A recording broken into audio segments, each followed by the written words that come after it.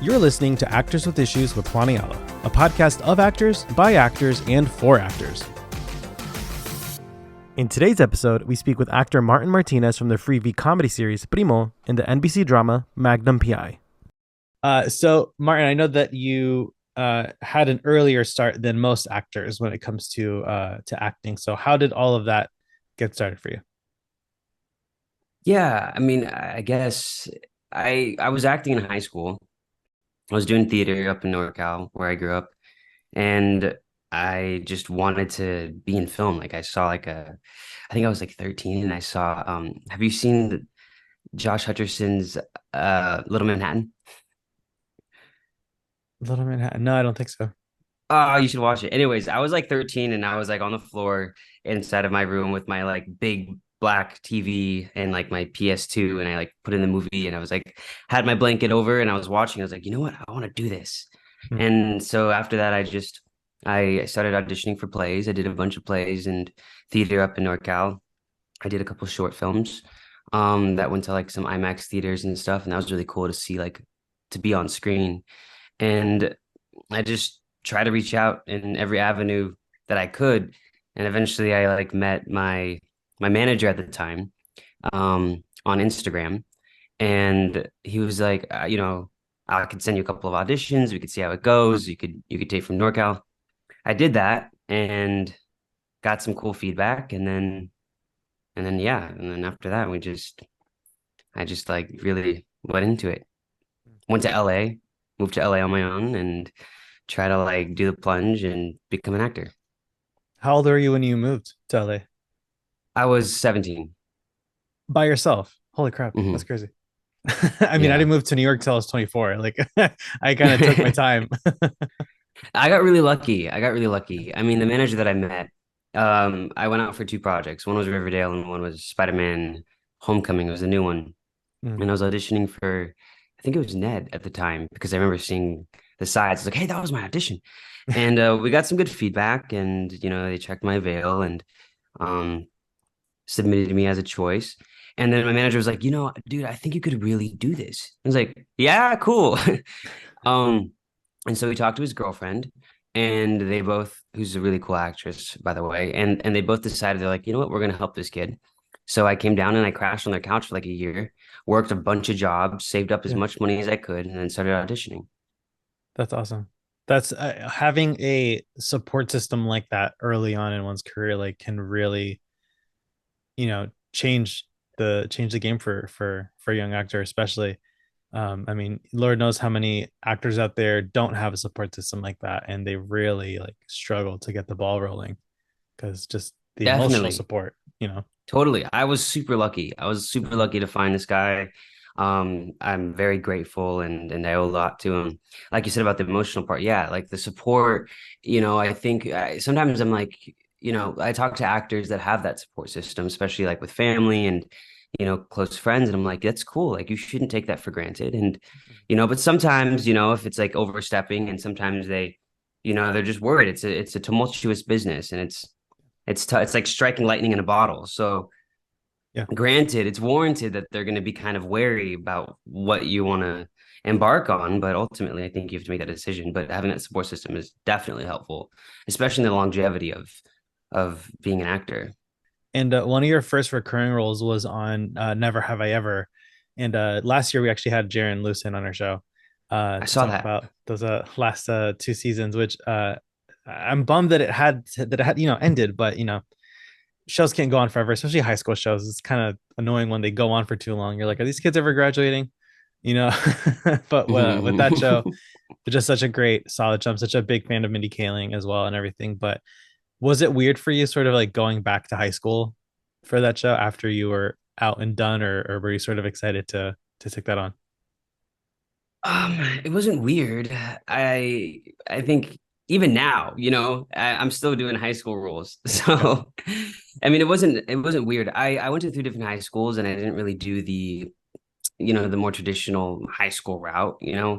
I graduated early and then when I moved to LA, I was supposed to walk the stage and I was like, you know what, it's fine. I don't care. I'm just gonna, they can mail me my diploma or something. It's fine. I'm just gonna go to LA. So it was cool to like be in that process, like going through high school again. I was like, oh wait, this is what high school probably like was supposed to feel like, as like, you know. So I think it was fun. And before that I did a few high school roles as well. And like Kevin Probably Saves the World. And it's cool. So yeah, it wasn't too weird. Yeah. And now with Magnum PI, you've been recurring on that show for a few seasons now. I think we were all kind of surprised when it got canceled because it was doing well. But of I course, it know. sort of came out to like a financial thing, as all these things do in this industry. But what was your reaction to that cancellation? Because it was very unexpected, you know? I was really bummed about it. Obviously, I love the whole team there. I like the cast, I like the crew. I like the showrunners and the producers and the directors are really cool.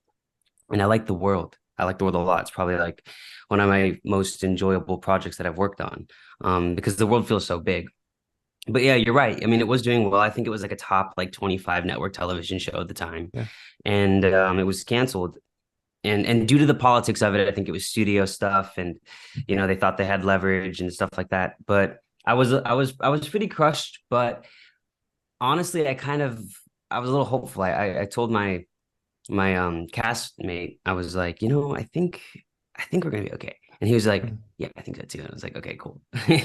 So I don't know. I was hopeful, Yeah. especially for a show to like do well and run for so many seasons and get so close to syndication. And there's so many lucrative aspects to it. I think being picked up by another network, even though it's rare to happen, was a possibility in our situation.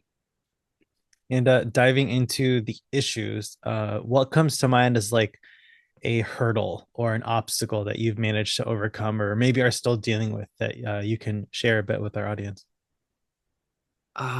There's something interesting that I had in season 4 of Magnum PI. And I'm an anxious guy. Like I'm anxious, like I Mm. have anxiety. So like, like the in-person auditions were like so stressful for me. Yeah, I hate them. Um, I'm so yeah, happy they're they're still doing tapes. I hate in person. you're like in this room, this waiting room with a bunch of people that are like, like different versions of yourself. And then you can maybe hear the actors in there. And sometimes casting is just like really quick going through the motions, trying to get in all their tapes. And you're just like, wow, I just commuted 45 minutes or whatever, sat in traffic. It's a lot. It's a process. The process did change a little bit, but the hurdle I think that I'm still actively working on, and this is what's interesting about it, is like the anxiety is that there was an actor, a guest star that I really admired and still admire, and he's pretty successful on Magnum PI. And we were just out chatting, and he was anxious. And he was like, you know what? It's so cool. Like, you go in there and you do your scene, you're with all these like regulars, and you jump in, and he was like, you have no fear. And I was like, what? No, no, no, no, no. No, this is not, you know.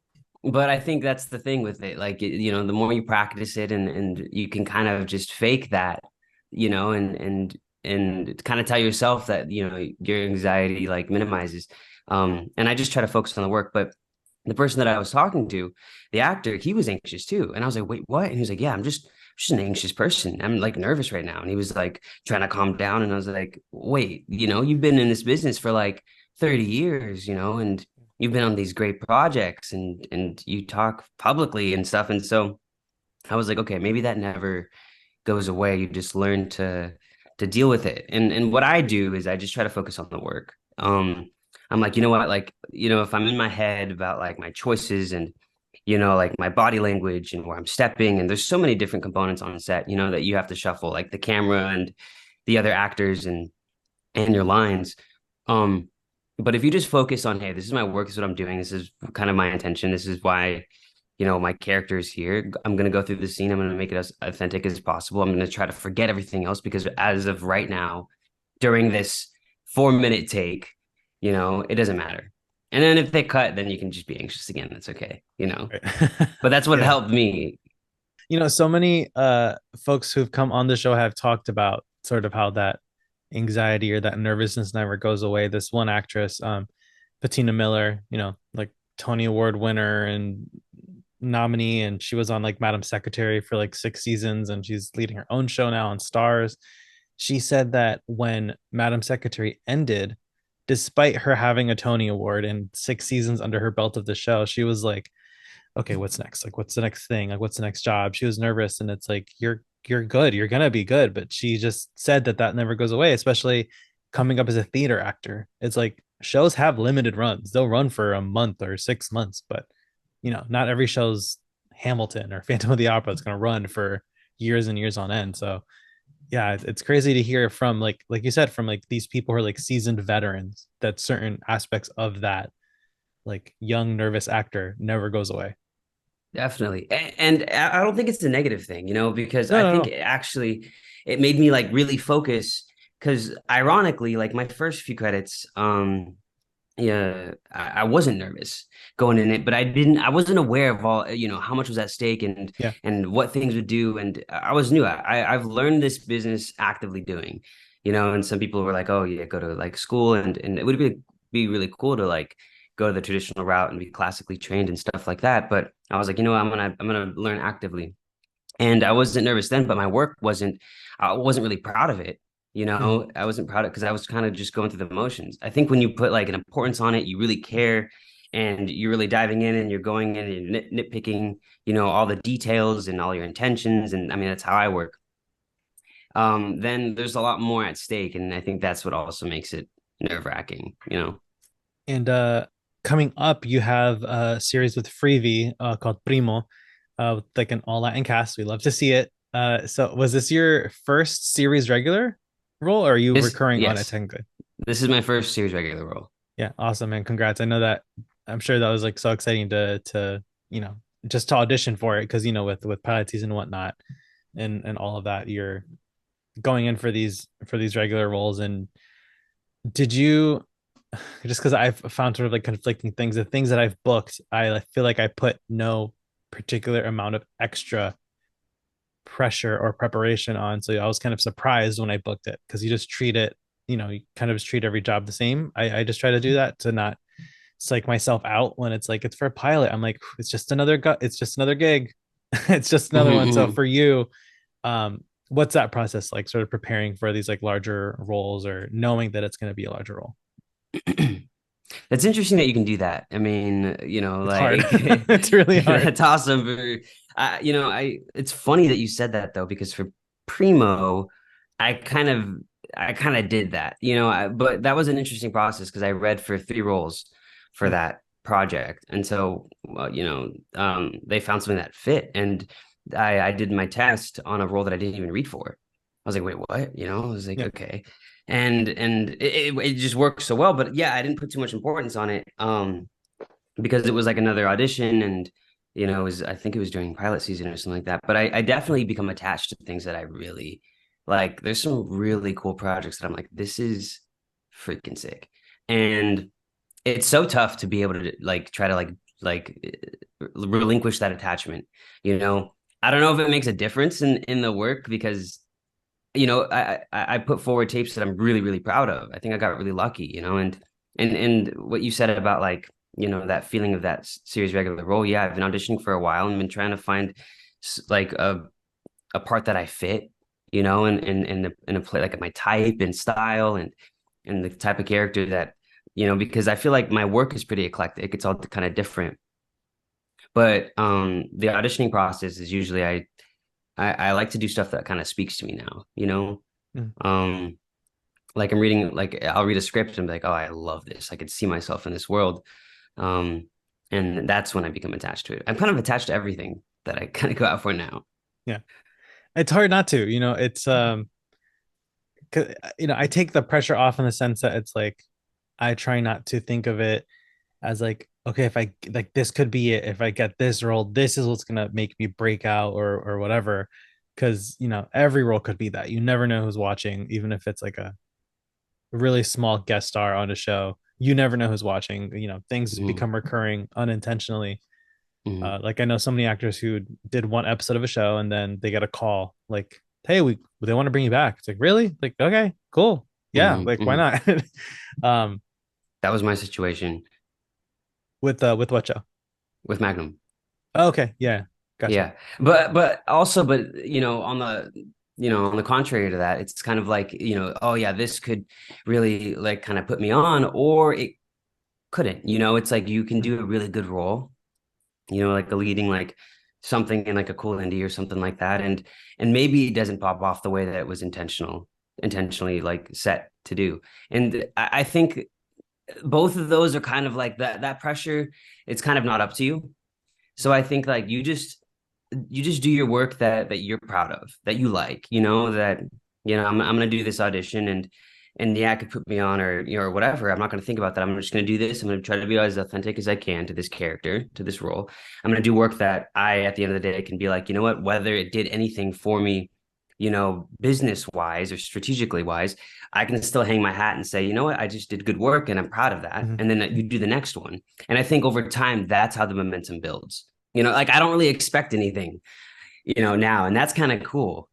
And a lot of young actors, whenever I put like polls or Q&As on like Reddit and stuff, the biggest thing that they ask about are like agents and managers and how they can get the ball rolling on their career. So, like, what advice do you have for any young actor who maybe feels stuck that they can't get like that first rep or that first role that can get that ball rolling for them? Stuck. I feel like that's kind of a complicated question because it's like a per person kind of basis, Yeah. it's per situation.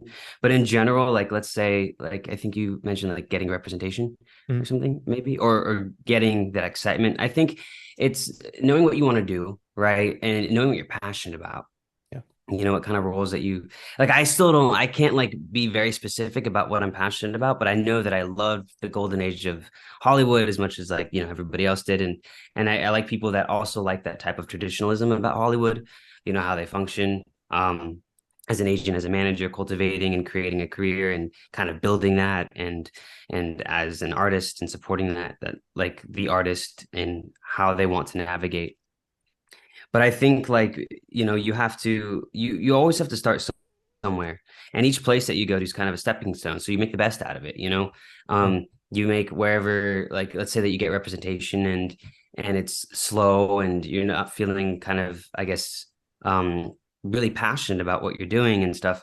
My piece of advice would be like to go with somebody that is really passionate about you, you Yeah. know, and in doing that, you have to be passionate about what you want to do, because if you're not passionate about it, like how else can somebody else be passionate about what you're not passionate about? And I think that kind of overcomes that hurdle a little bit. And then if it's a little bit slower, then that's a conversation that you can have, but you have to always revisit and be like, is this still working? And, are you still really excited? And how's my work? And I've been through so many different types of classes and trying to like, just try to figure it out actively. And I hope that the people that are on my team are on the same page. I've been with my agent for years, ever since I started. And so, I think it's that open communication. And then you have to trust that you're being submitted. And when you're being submitted, I think like what like Denzel Washington during his like speech was like, oh, luck is, people say you're lucky, it's like where opportunity meets preparation. Yeah. You make sure that you're prepared for it. So when those opportunities come, you can really do your best work, without that comparison. It's tough. I don't know. I feel Yeah. like I just recently have been able to kind of get over that curve, but I still have those feelings of like, okay, like when's the next job, or, what's the next thing that I should be doing right now? How do I utilize this downtime? And, am I going in the direction that I want to be going in? I'm thinking overall. And then just making sure that my team is still excited about what I'm doing, where we're going. And if they see that vision that I have, the Mhm. vision that I want to get to, okay, cool. Now I feel better. Now I feel like I'm working towards something. Yeah. Awesome. I mean, I couldn't have said that better than you. That was great. Um, and so you've done such a great variety of things. You've done like indie films, you've done shows on streaming, shows on network, comedy, drama. What haven't you done that you really, really want to do? I would love to do another indie like kind of coming of age, where I lead the film. Hmm. Um, I've done a couple of those, but I wasn't as experienced as I am now, and I didn't really approach my work the way that I think I should have. Hmm. And I learned, right? And I think like, and then I just recently did sci-fi, but I would love to do like more sci-fi stuff. I think I just want to tell really good, enriching stories that like inspire individuals. At the heart of it, there's a story, and that's usually what stories are, right? Stories about like human connection and Yeah. family or relationships or personal growth, and that's really cool. But I would love to do something like an indie where it's kind of a slower paced, and like a guy version of Lady Bird or something. But I also love Yeah. Life of Pi. I think Life of Pi is so inspiring and it's so amazing. And Yeah. that's just green screen and you're creating this world inside of your head. I want to do something where I'm kind of taken away from the norm, like a situation that like I'm not in high school, like Yeah. I'm out in like the wilderness or something and I'm going on like this like pilgrimage or something like that. I don't know, something different, something that like takes you out of your living room when you're watching it, or like the theater and you're now immersed inside of this really fully like, enriched world of what ifs or what could be, and this like interesting story, but then and it's totally driven by character. And our last question is always in 10 words or less. What advice would you give to a young actor? 10 words or less. Okay. Um, keep going. There you go. Keep going. Stay in it. Yeah, just that 5 times. Keep going, keep going. Keep going. Yeah, exactly. It's a lot of my friends have left the business, and there was times where I Yeah. felt like so discouraged. I'm like, you know what? Do I even need to be here? Everything's online now, and or should I do something else, like kind of as a side thing? And I really couldn't see myself doing anything else. But I was talking to a lot of people, and some of my mentors, they're like, the people that make it are the ones who stay in the business. Yeah. No one ever succeeded by quitting. Like, Right. you know, So yeah. keep doing it. Keep believing in what you want to do, evolve, and refine your craft and trust the process. Mhm. That's probably under Awesome. 10. Thanks for joining us. Be sure to subscribe to Actors with Issues on Spotify, Apple Podcasts, or wherever you get your podcasts, and visit our YouTube channel for full video interviews. Actors with Issues is executive produced and hosted by Hawai'i. See you next time.